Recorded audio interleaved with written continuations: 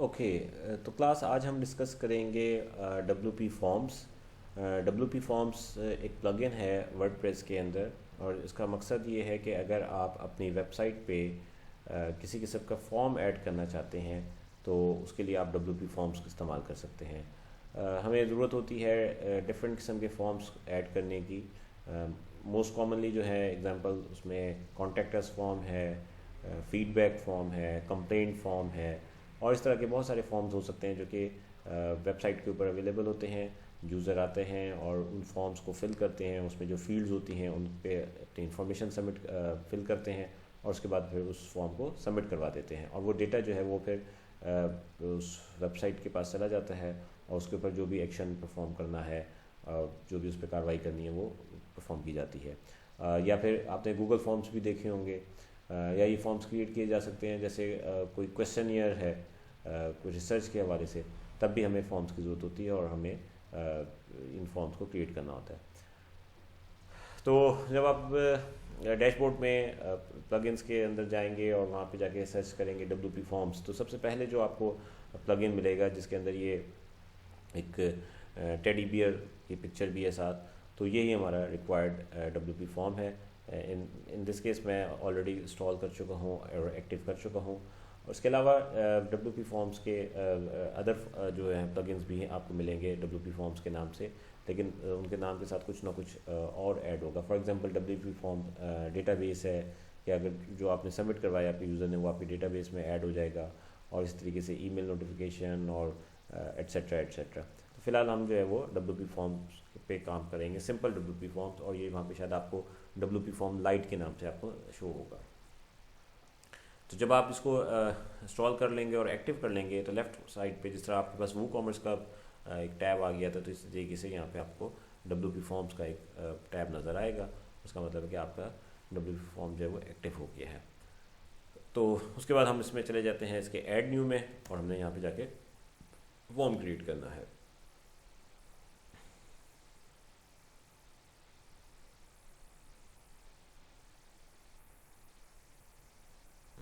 Well it is taking time. Meanwhile हम इसको अपने इंटरनेट को ऑफ कर देते हैं ताकि शायद इसकी वजह से इसको डिले है। अच्छा जी, तो ये हमारे पास ये आ गया है ऐड न्यू फॉर्म की जो स्क्रीन है। इसमें सबसे पहले जो आपसे वो पूछ रहा है वो है नेम योर फॉर्म। जो भी आप फॉर्म क्रिएट करेंगे आपको उसका कोई ना कोई नेम जो है वो एंटर करना होगा।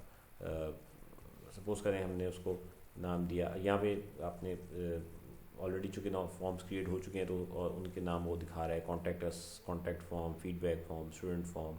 फॉर एग्जांपल हम कह देते हैं जी कस्टमर कस्टमर फॉर्म।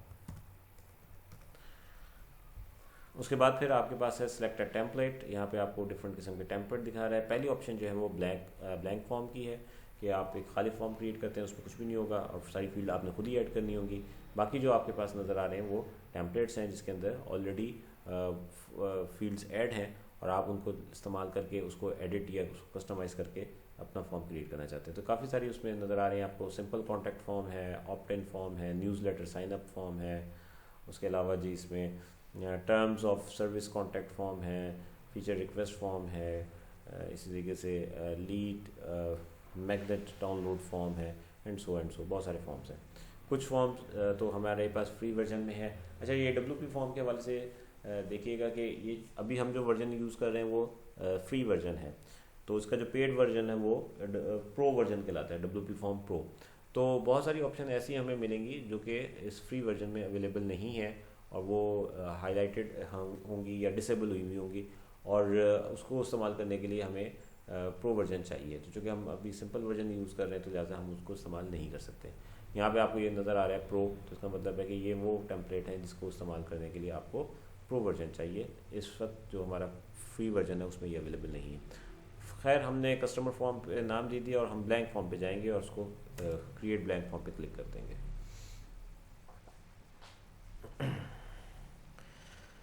तो जब हमने उसको क्लिक किया तो हमारे पास जो स्क्रीन आई वो ये है। इसके अंदर सबसे ऊपर नज़र आ रहा है नाउ एडिटिंग कस्टमर फॉर्म, जो भी हमने उसका नाम दिया।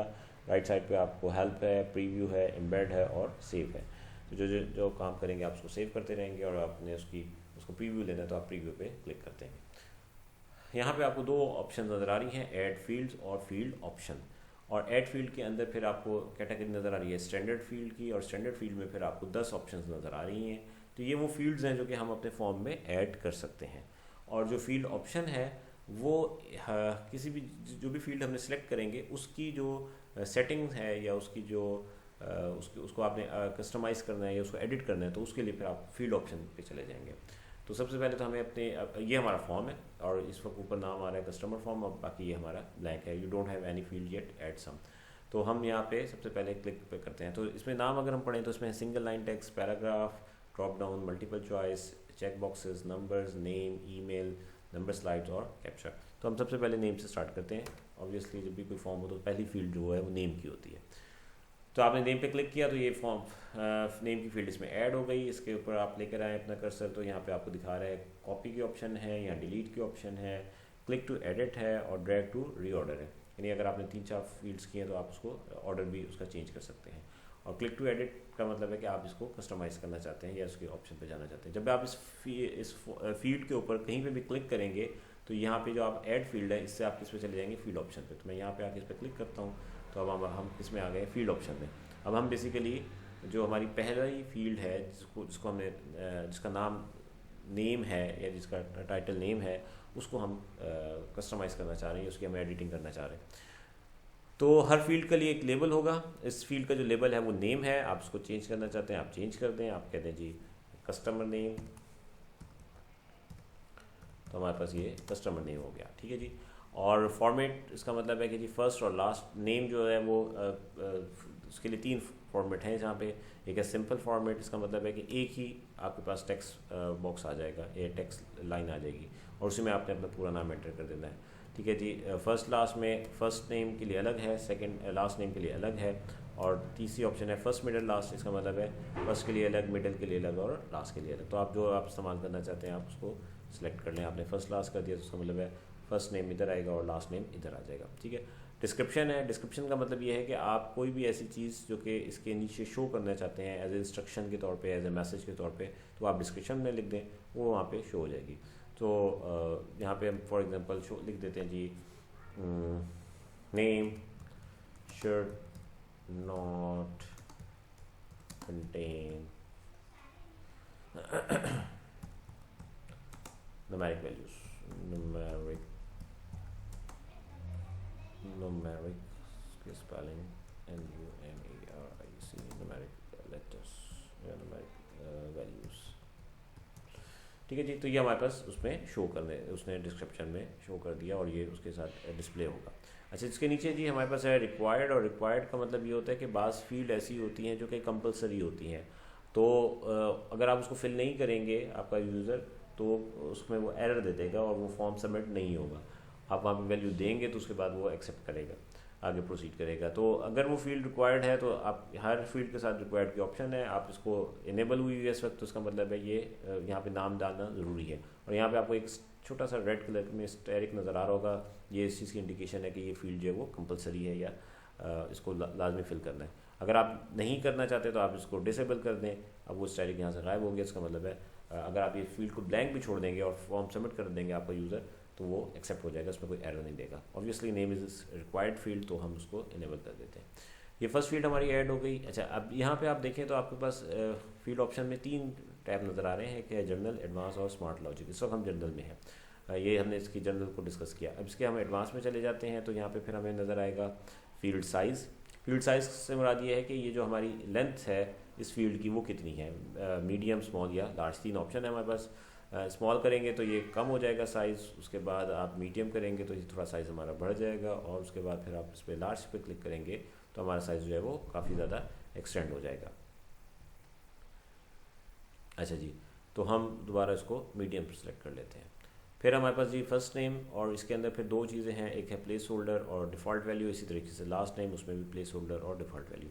प्लेस होल्डर का मतलब ये है कि अगर आप यहाँ पे कोई वैल्यू देंगे तो आपका फॉर्म की वो फील्ड एम्प्टी नहीं रहेगी, बल्कि उसमें वो वैल्यू मौजूद रहेगी, और वो वैल्यू जब फॉर्म यूज़र को डिस्प्ले होगा तो उसको शो भी करवाई जाएगी। सिमिलरली डिफ़ॉल्ट वैल्यू का मतलब ये है कि आपको पता है कि आप मोस्ट ऑफ केसेस में आपके यूज़र ने वैल्यू यही सिलेक्ट करनी है, तो फिर आप डिफ़ॉल्ट वैल्यू में कोई वैल्यू दे देंगे तो वहाँ पे शो करवाएगा। नेम की शक्ल में, नेम के केस में तो हम नॉर्मली कोई वैल्यू नहीं देते क्योंकि हमें नहीं पता कि आने वाले यूज़र का नाम क्या है। लेकिन जैसे आप कंट्री है और उसमें आपको पता है कि आप चूँकि लोकल लेवल पे काम कर रहे हैं, तो कंट्री जो है वो सबका ज़्यादातर जो आपके कस्टमर्स होंगे उनका पाकिस्तान ही होगा। तो आप डिफ़ॉल्ट वैल्यू में कंट्री के अंदर पाकिस्तान सेलेक्ट कर लें, तो उसका मतलब है वो बाय डिफ़ॉल्ट पाकिस्तान दे रहा होगा, उसको यूज़र को चेंज करने की ज़रूरत नहीं है। हाँ, अगर उसको चेंज करना चाहता है तो वो ऑब्वियसली चेंज कर भी सकता है। तो ये प्लेस होल्डर और डिफ़ॉल्ट वैल्यूज़ होती हैं। अगर दोनों वैल्यू दे देंगे, प्लेस होल्डर भी और डिफ़ॉल्ट वैल्यू भी, तो डिफ़ॉल्ट वैल्यू शो होगी। अगर सिर्फ प्लेस होल्डर है तो प्लेस होल्डर शो होगी, और अगर कोई भी नहीं है तो फिर दोनों वैल्यू ब्लैंक शो होंगी। तो नेम के केस में हम इसको ब्लैंक ही रखते हैं, इसमें हम नहीं देते कोई वैल्यू। उसके बाद फिर वो आपसे पूछेगा इसी तरीके से लास्ट नेम में है प्लेस होल्डर और डिफ़ॉल्ट वैल्यू जैसे फर्स्ट नेम में थी। फिर है CSS क्लासेस। आप कोई क्लासेस के तौर पे कैस्केडिंग स्टाइल शीट के तौर पे इसको कोई क्लास देना चाहते हैं या नहीं देना चाहते, तो ये अगेन आपकी चॉइस होती है। फ़िलहाल हम इसको छोड़ देते हैं। फिर हमारे पास है जी हाइड लेबल। अगर आप ये जो नेम यहाँ पे ये कस्टमर नेम है, ये इसका लेबल है, तो अगर आप इसको हाइड करना चाहते हैं तो आप इसको हाइड कर दें। नॉर्मली हम इसे हाइड नहीं करते और इसको हाइड नहीं करते और इसको हम जो है वो शो करते हैं। तो यहाँ पे इस वक्त हमने इसको हाइड कर दिया, आप इसको दोबारा अनहाइड कर दें। तो ये हमारे पास ये एक फॉर्म क्रिएट हो गया और इस फॉर्म के अंदर सिर्फ एक ही फील्ड है और उसको हमने कस्टमर नेम का नाम दिया है। अच्छा जी, तीसरी ऑप्शन भी है स्मार्ट लॉजिक, लेकिन अगेन वो प्रो वर्जन में अवेलेबल है, तो इस वक्त फ़िलहाल हम उसको इस्तेमाल नहीं कर सकते। तो ये हम जब फर्स्ट फील्ड हमने एंटर कर ली, तो अब हम सेकंड फील्ड की तरफ चलते हैं। तो हमने ऐड फील्ड पे चले गए और वहाँ पे जाके हमारे पास दोबारा फील्ड्स आ गए, और यहाँ पे हम आके से जी यूज़र का ईमेल एड्रेस लेना चाहते हैं, तो हम ईमेल पे क्लिक कर देते हैं। तब ये ईमेल की लिस्ट आ गई, हमारे पास फील्ड आ गई और ईमेल हमने एंटर करना है। अच्छा, यहाँ पे हमने कहा था कि इसको हम ऑर्डर भी कर सकते हैं, तो ड्रैग टू रीऑर्डर। तो अगर आप चाहते हैं जी ईमेल पहले आए तो आप उसको क्लिक करें और ऊपर ले जाएं, तो वो हमारे पास ईमेल पहले आ जाएगी, और नेम पहले आए तो आप उसको री ड्रैग कर दें। तो इस तरीके से ये जो फील्ड्स की जो ऑर्डर है वो चेंजेबल है। और फील्ड के अंदर ऑप्शंस क्या हैं ये हम देख लेते हैं। जर्नल में अगेन जी सॉरी, हम कस्टमर नेम पे हैं, हाँ ईमेल। तो ईमेल में जी ईमेल है, आपने ईमेल दे दिया, डिस्क्रिप्शन है, ठीक है, रिक्वायर्ड है जी, बिल्कुल रिक्वायर्ड है। इनेबल ईमेल कन्फर्मेशन, इसका मतलब ये होगा कि check this option to ask user to provide an email address twice. ठीक है जी, तो जैसे हम कहते हैं ना फर्स्ट टाइम और सेकंड टाइम, तो ईमेल और फिर कंफर्म ईमेल। पासवर्ड में वैसे ये ऑप्शन ज़्यादा मिलती है आपको, password, enter your password and confirm your password. चले हम उसको डिसेबल कर देते हैं। और एडवांस में चले जाएँ तो एडवांस में वही है, फील्ड साइज़ है, प्लेस होल्डर टेक्स्ट है, कंफर्मेशन प्लेस होल्डर टेक्स्ट है, डिफ़ॉल्ट वैल्यू है, अलाउ लिस्ट है, डिनाई लिस्ट है। अलाउ और डिनाई लिस्ट का मतलब ये होता है कि आप restrict which email addresses are allowed, be sure to separate each column addresses with a comma. तो कुछ अगर हम कोई वाइट लिस्ट या ब्लैक लिस्ट टाइप बनाना चाहते हैं जिसमें हम कहते हैं कि इनको अलाउ करना है और इनको अलाउ नहीं करना, तो वो यहाँ पे हम आपको यहाँ पे हम मेंशन कर सकते हैं उसके अंदर। ठीक है जी, तो ये हमारे पास ईमेल आ गई, और ईमेल के बाद चलिए फ़िलहाल हम इसको सेव करते हैं, और सेव करने के बाद इसका हम प्रीव्यू लेके देखते हैं कि ये कैसे लगेगा। ये हम प्रीव्यू पे चले गए तो अब ये उसका आपको प्रीव्यू ला के दिखाएगा। ठीक है जी, तो ये है हमारा जी कस्टमर नेम, उसका फर्स्ट नेम, उसका नाम, लास्ट नेम, और उसके बाद है name should not contain numeric values, ये हमारी डिस्क्रिप्शन थी। और उसके बाद ईमेल है, ईमेल में हमने कोई कुछ नहीं मेंशन किया तो लिहाजा उसने ब्लैंकली इसको दिखा दिया। दोबारा हम फॉर्म पे जाते हैं, फॉर्म पे जाने के बाद ऐड फील्ड पे जाते हैं, और वहाँ पे जाके हम अब जो बाकी चॉइसेस हैं उनको देखते हैं। सिंगल लाइन का मतलब है कि एक लाइन का टेक्स्ट होगा, पैराग्राफ का मतलब है मल्टीपल टेक्स्ट हो सकते हैं, तो लिहाजा हम पहले पैराग्राफ को ऐड कर लेते हैं।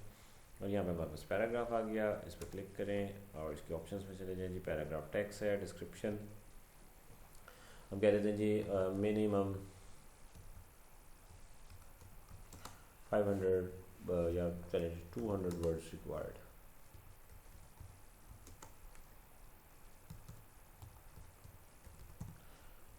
ठीक है जी, और इसको हम रिक्वायर्ड लाजमी कर देते हैं, तो ये हमारे पास लाजमी हो जाएगा।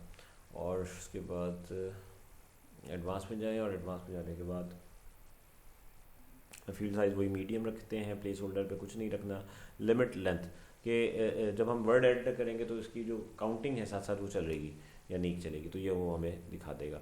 तो आपने किस पे रखनी है जी, 1 कैरेक्टर के ऊपर या हमने वर्ड्स पे, तो हम इसे वर्ड्स पे रखते हैं, तो ये हमें ये वर्ड पे शो करवा देगा। और कितनी होनी चाहिए हमारे पास, अभी हमने लिखा है 200, तो हम इसको 200 कर देते हैं। ठीक है जी, और इसको हम सेव कर देते हैं। और सेव करने के बाद आप इसको प्रीव्यू करने के लिए हम दोबारा यहाँ पे जाके इसको रिफ़्रेश करते हैं। तो अब हमारे पास ये पैराग्राफ आ गया, और अभी लिखा हुआ है जी minimum 200 words required, 0 of 200 maximum words. थोड़ा सा गलत हो गया, हमने ऊपर लिख दिया कि मिनिमम 200 वर्ड चाहिए और नीचे कंडीशन हमने 200 मैक्सिमम वर्ड्स की लगा दी है। तो बेसिकली ये मैक्सिमम वर्ड्स की नहीं लगनी चाहिए थी। खैर भारत जो 0 ऑफ 200 का मतलब ये है कि जब आप कोई वर्ड लिखते हैं तो वो जैसे जैसे आप वर्ड लिखना शुरू करेंगे तो वो काउंट बढ़ना शुरू हो जाएगा। आई एम, ठीक है, तो इस तरीके से 3 आउट ऑफ एन अब आप बढ़ता आप लिखते जाएंगे तो ये नंबर हमारा इंक्रीज़ होता जाएगा। इसको हम जाके एडजस्ट कर लेते हैं कि जी अगर ये हमारे पास है तो हम जनरल में जाके इसको क्या कहते हैं मैक्सिमम 200 वर्ड्स, और रिक्वायर्ड नहीं, फिर हम कहेंगे अलाउड। ओके, अच्छा जी, इसको सेव कर लें, और सेव करने के बाद फिर हम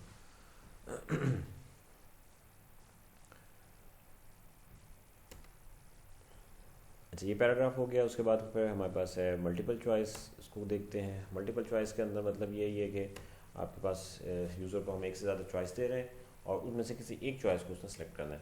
आप देखें तो मल्टीपल चॉइस में ना रेडियो बटन है, और रेडियो बटन का मतलब ये होता है कि एट ए टाइम एक ही चॉइस सेलेक्ट होती है, multiple more than one choices जो है एट ए टाइम सेलेक्ट नहीं होती। ठीक है, और इस वक्त बाय डिफ़ॉल्ट वो 3 दे रहा है। अगर आप ज़्यादा चॉइसेस ऐड करना चाहते हैं तो आप ये प्लस के बटन पर क्लिक करें तो आपके पास 4th चॉइस भी आ जाएगी, और उसके बाद फिर फर्दर क्लिक करें तो बस 5th चॉइस भी आएगी, और माइनस के बटन पर क्लिक करें तो ये आपकी चॉइसेस को रिड्यूस कर देगा।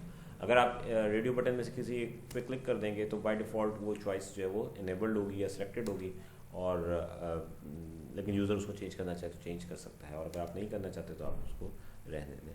और नीचे ऑप्शन है यूज़ इमेज चॉइसेस। अगर आप इमेजेस की चॉइस लेना चाहते हैं तो फिर आप यहाँ पे इमेजेस भी अपलोड कर सकते हैं, हर चॉइस के साथ उसका इमेज आ सकता है। बाज़ दफ़ा ऐसे होते हैं कि वो आपसे कहता है कि जी आपने लोगो सेलेक्ट करना है किसी कंपनी का या किसी ब्रांड का, या बाज़ दफ़ा होता है कि वो कहता है जी आपको कंट्री के फ्लैग्स ऑप्शन में दिए जाएंगे, वो आपने सेलेक्ट करने हैं, तो उसके लिए फिर आप जो है वो इमेजेस मतलब उसमें आ सकते हैं, और हमें अभी नहीं चाहिए तो लिहाजा हम उसको डिसेबल कर देते हैं। ऊपर हमें एक चॉइस ऑप्शन मिल रही है ऐड बल्क, और आप बल्क में जाएंगे तो वो कहता है कि जी आप यहाँ पे बजाय इसके कि आप अलग अलग फील्ड में जाके अपनी चॉइसेस एंटर करें, आप सारी चॉइसेस यहाँ पे एंटर कर दें। यहाँ पे उसने की हुई है, हर लाइन में एक होगी, और उसके बाद ऐड न्यू करेंगे तो उसके बाद वो सारी चॉइसेस को ऐड कर देगा। तो ये बल्क में ऐड करने का तरीकाकार है।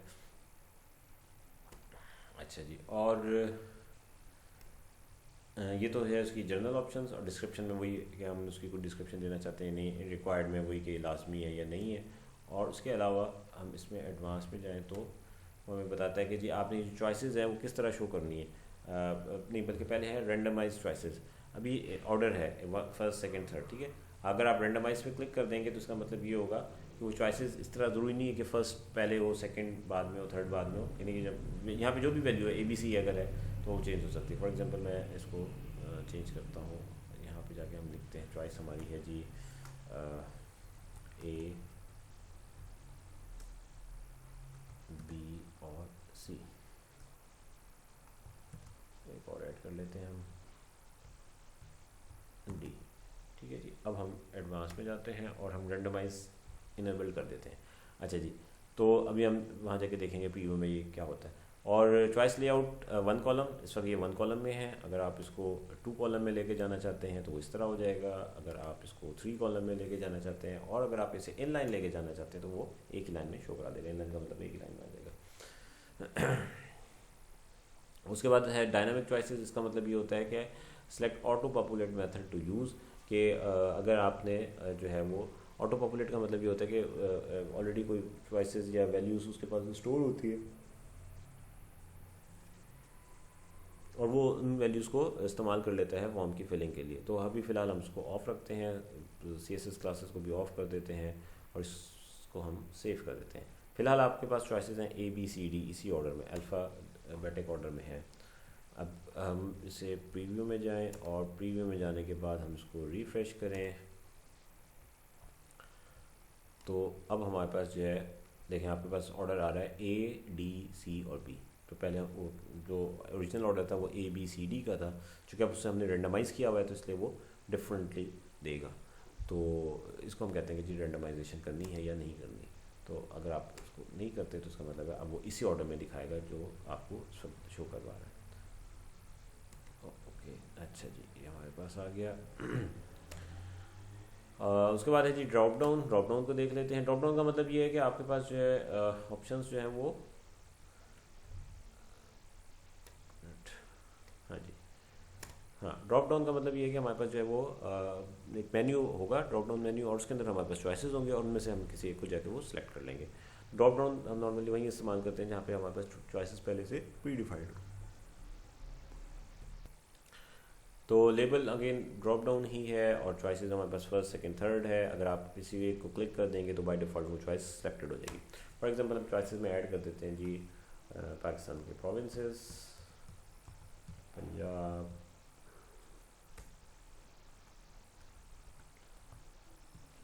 के और तीसरा है हमारे पास सिंध, DH। कैपिटल में लिख देते हैं, इसका भी हम कैपिटल में लिख देते हैं, ठीक है जी। और से हम 3 पे काम कर रहे हैं, चौथे पे नहीं ले रहे हैं। बाकी डिस्क्रिप्शन है वो हमें पता है, रिक्वायर्ड है या नहीं है वो भी हमें पता है। और इसकी एडवांस ऑप्शन में जाके देख लेते हैं स्टाइल कैसा है जी, क्लासिक है या अदरवाइज़ है मॉडर्न। और फील्ड साइज़ आ गया, ठीक है जी, प्लेस होल्डर आ गया और डायनामिक चॉइसेस आ गए। तो ऐसे चले हम यहाँ पे लिखते हैं सेलेक्ट प्रोविंस, ठीक है। अभी हमने चॉइस कोई नहीं सेलेक्ट की हुई और हमने यहाँ पे प्लेस होल्डर में लिख दिया है सेलेक्ट प्रोविंस, ठीक है। इसको सेव करते हैं और इसको जाके देखते हैं कि ये क्या करता है। ओके, अब आप देखें तो ये जो आपको मिल रहा है ड्रॉप डाउन, तो उसमें उसने सिर्फ सेलेक्ट प्रोविंस दिया है। अब ये वो है जो कि हमारी प्लेस होल्डर वैल्यू है। जब आप इस पर क्लिक करेंगे तो फिर आपको पंजाब के पी के या सिंध मिलेगा और उसमें से आप जिस पर भी सिलेक्ट करना चाहें तो उसको सिलेक्ट कर सकते हैं। तो ये हमारे पास वो प्लेस होल्डर टेक्स्ट का कॉन्सेप्ट है। तो यहाँ पे हम नॉर्मली प्लेस होल्डर टेक्स्ट जो है वो इस्तेमाल कर लेते हैं। ओके, नेक्स्ट जी हमारे पास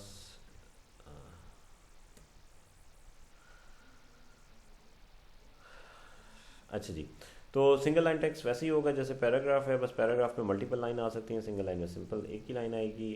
नेम हम देख चुके हैं, ईमेल देख चुके हैं। नंबर स्लाइडर का मतलब है, नंबर्स का मतलब है कि हमारे पास सिर्फ नंबर्स आएंगे। जैसे हम आईडी कार्ड नंबर लेना है या मोबाइल नंबर लेना है या पासपोर्ट नंबर लेना है, तो जिसमें कोई न्यूमेरिक अल्फ़ाबेटिक वैल्यूज़ ना हो, सिंपल न्यूमेरिक वैल्यूज़, तो हम वो नंबर्स के लिए इस्तेमाल कर सकते हैं।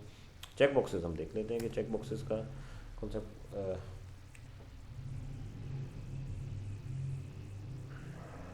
अच्छा जी, तो ये हमारे चेक बॉक्सेस आ गए। तो चेक बॉक्सेस में और जो हमारे रेडियो बटन है उसमें फ़र्क यही है कि रेडियो बटन में एट ए टाइम आप सिर्फ एक ही चॉइस लेंगे, एक से ज़्यादा चॉइस नहीं ले सकते। और चेक बॉक्सेस का मतलब ये होता है कि आप एट ए टाइम एक से ज़्यादा चॉइस भी ले सकते हैं। नॉर्मली यानी कि चेक बॉक्सेस वहाँ होते हैं कि जो जहाँ पे हमारे पास कंडीशन ये है कि जी whichever is applicable, select whichever is applicable. अब 5 है, 5 में से 3 एप्लीकेबल हैं तो आप तीनों पे टिक कर देंगे। जबकि हमारे पास जो मल्टीपल चॉइस होती है उनमें ऐसा नहीं होता, उसमें से किसी एक को चूज़ करना है। जैसे आपका जी कंट्री ऑफ रेजिडेंस है या प्रोविंस ऑफ रेजिडेंस है, तो उसमें ऑप्शन है चारों पाकिस्तान के लिए, तो आप एक ही सिलेक्ट कर सकते हैं, ये नहीं कहेंगे कि जी पंजाब में भी और सिंध में भी। तो इस तरीके से ये चेक बॉक्सेस और मल्टीपल चॉइस का डिफरेंस है। तो चेक बॉक्सेस की भी ऑप्शन वही हैं, मतलब अगर आप इस पर क्लिक करें तो वही हमारे पास first choice, second choice, third choice, images भी यूज़ कर सकते हैं, डिस्क्रिप्शन भी इसमें मौजूद है। एडवांस में चले जाएंगे तो फिर वही 1 कॉलम है, चॉइस लिमिट है और एट्सेट्रा। तो इस तरीके से आप जो है ना आप इसको ऐड कर सकते हैं। तो ये हमने इसको सेव कर लें। सेव करने के बाद हमारे पास अब ये एक फॉर्म बन गया। उस फॉर्म के अंदर अगर आप देखें तो उसमें मल्टीपल हमने फील्ड्स ऐड कर दी हैं। उसमें हमारे पास ये नेम है, ईमेल है, पैराग्राफ है, मल्टीपल चॉइस है, ड्रॉप डाउन है और चेक बॉक्सेस है। अब नेक्स्ट टास्क ये है कि हमने इसको किसी स्पेसिफिक वेब पेज के ऊपर अपने वेबसाइट के इस फॉर्म को हमें डिस्प्ले करना है। तो वो हम कैसे करेंगे? तो उसके लिए तरीकाकार ये है कि आप डैशबोर्ड पे चले जाएं। यहाँ से हम वापस जाते हैं डैशबोर्ड पे। अच्छा जी, हम डैशबोर्ड पर आ गए और डैशबोर्ड में आने के बाद हम हाँ जी, यहाँ पे हम देखें तो हमारे पास 5 पेजेस हैं। हम चले जाते हैं कौन कौन से पेजेस हैं। About us, contact us, feedback, home page and so. तो आप ये चाहते हैं कि जी किस पर्टिकुलर पेज के ऊपर हो। अगर आप इनमें से चाहते हैं तो आप उसको सिलेक्ट कर लें, अदरवाइज़ आप क्या कर रहे हैं, हम यहाँ पे करते हैं कि एक नया पेज क्रिएट कर देते हैं। तो उस पेज को, उसका जो हम टाइटल है हम ऐड कर देते हैं जी, कस्टमर, ये हमारे कस्टमर फॉर्म, चलिए इसको नाम दे देते हैं कस्टमर फीडबैक।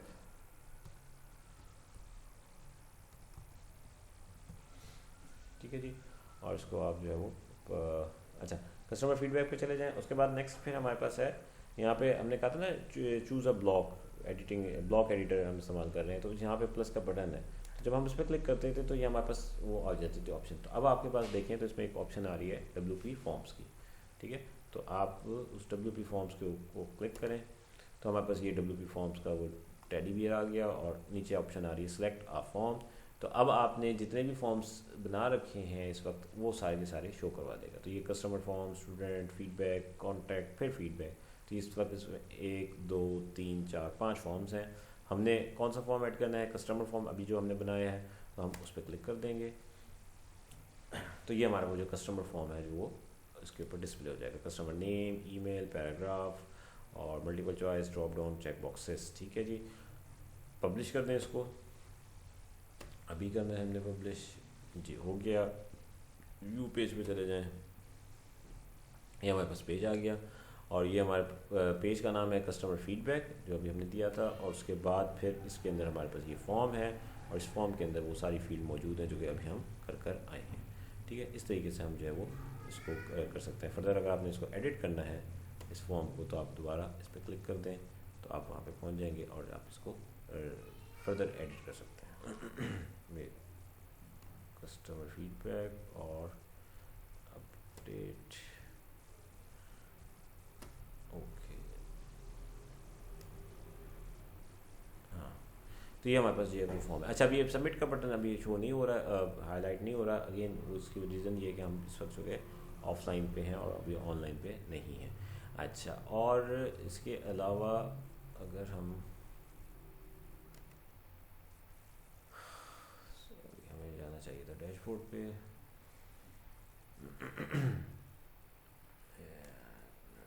हाँ जी, ये आ गया हमारा डैशबोर्ड और डैशबोर्ड में से हम जाएंगे WP फॉर्म्स और WP फॉर्म्स के अंदर,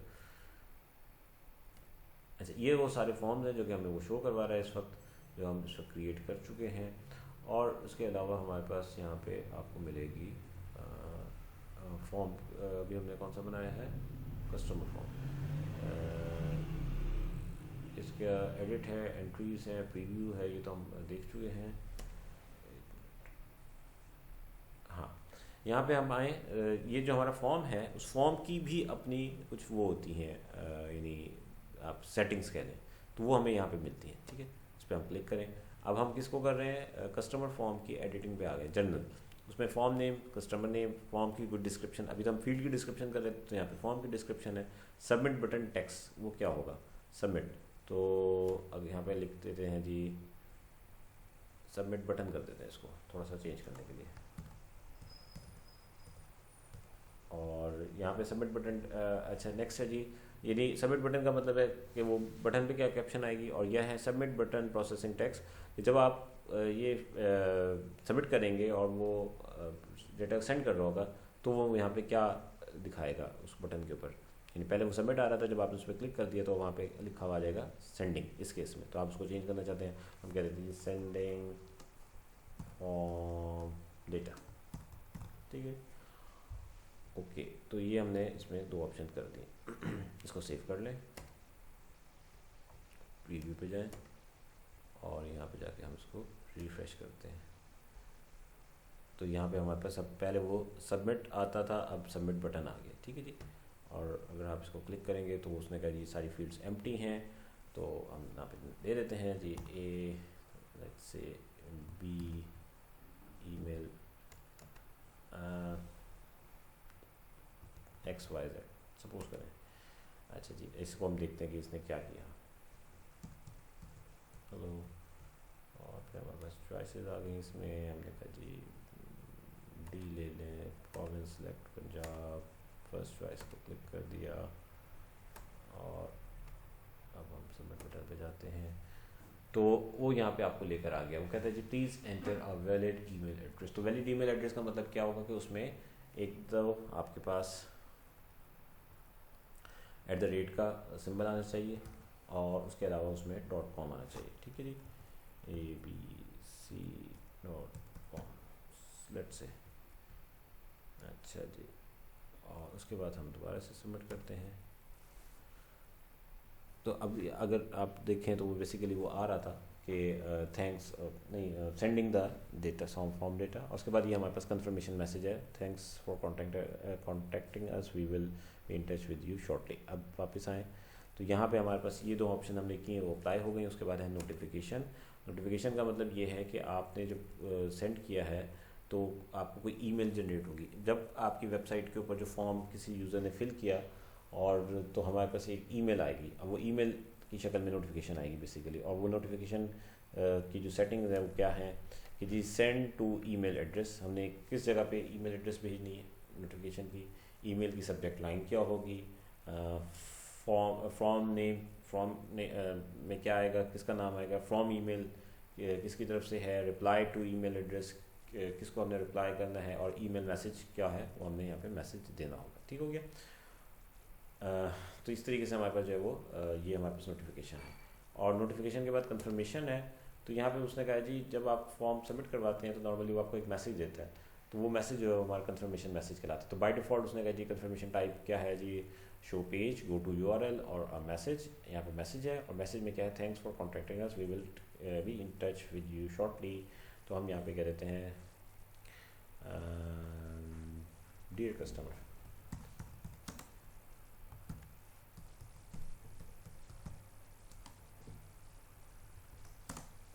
ठीक है, इसको हम सेव कर देते हैं और सेव करने के बाद हम वापस वहाँ जाते हैं अपने फॉर्म पे और इसको हम रिफ़्रेश करते हैं। रिफ़्रेश करने के बाद हम दोबारा अपने फॉर्म पेज पर आ गए और वहाँ पे हम दोबारा इन्फॉर्मेशन देते हैं। चलें तो हम थोड़ी वैलिड इन्फॉर्मेशन दे देते हैं,